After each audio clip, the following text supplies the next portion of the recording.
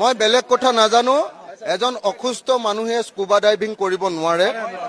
যি মানুহে স্কুবা ডাইভিংলৈ জুবিন দাক নিছিলে তেওঁ অসমৰ মানুহৰ আগত আহি কবহি লাগিব।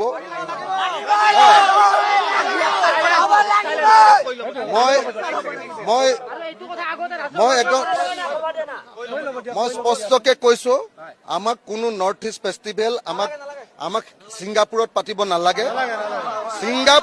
ছিংগাপুৰৰ মানুহ আহি নৰ্থ ইষ্টত ফেষ্টিভেল চাবলৈ আহিলে আহিব পাৰে, কিন্তু আমাৰ জুবিন গাৰ্গক নৰ্থ ইষ্ট ফেষ্টিভেললৈ নি এনেকে আমাৰ পৰা বিদায় দিয়াটো আমি মানি ল'ব নোৱাৰো। এই ঘটনাৰ CBI তদন্ত লাগিব। মই জানো যে জুবিন গাৰ্গ 3 মাহৰ মূৰে মূৰে 4 মাহৰ মূৰে মূৰে হস্পিটেলাইজ হয়। তেনেকুৱা এজন বেমাৰী মানুহ সাগৰলৈও যাব নোৱাৰে। আৰু সাগৰলৈ যোৱাটো বাদেই দিয়ক, স্কুবা ডাইভিং মানে আপোনালোকে জানেনে?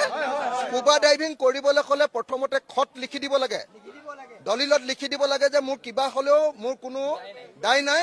সেইটো দায়টো মোৰ নিজৰ, মানে দায়টো কোনো পধ্যে যিজনে কৰাইছে তেওঁ নহয়।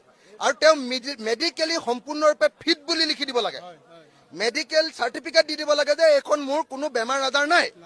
আমি সকলোৱে জানো যে জুবিন দাৰ চিজাৰ আছিলে। চিজাৰ থকা মানুহে এনেকে পানীত কেতিয়াও খেলিবগৈ নোৱাৰে। যি মানুহে এনেকে জুবিন দাক সাগৰলৈ লৈ গৈছে, জুবিন দাই নিজেও যাব পাৰে, কিন্তু লগত যোন গৈছিলে তেওঁলোকে বাধা দিব লাগিছিলে। যি নিছে তেওঁলোকে সকলোৱে অসমীয়া জাতিৰ ওচৰত জবাবদিহি হ'ব লাগিব। ইয়াৰ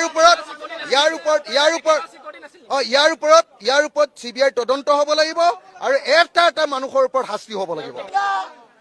মই এটা কথাই জানো যে জুবিন দা আমাৰ গোটেই জেনেৰেশ্যনটোৰ কণ্ঠস্বৰ।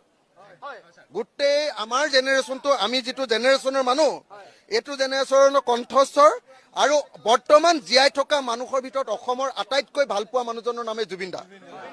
গতিকে জুবিন দা কাইলৈ বা পৰহিলৈ যেতিয়াই অসম পাবহি, আমাক এনেকুৱা এটা ঠাই লাগে, এনেকুৱা এটা জাগা লাগে যে অসমত কেতিয়াও এনেকুৱা মানুহ হোৱা নাই। জুবিন দা যেতিয়াই পাবহি আমি অসমৰ আটাইতকৈ ডাঙৰ অনুষ্ঠানটো পাতিব খোজো। সব অসমীয়া মানুহ ইয়ালৈ আহিব। সব অসমীয়া আহি আমি জুবিন দাক সকলোৱে শ্ৰদ্ধা জনাম। আৰু লগতে শ্ৰদ্ধা জনোৱাৰ লগতে এনেকে কেনেকে মৃত্যু হ'ল তাৰ তদন্ত লাগিব।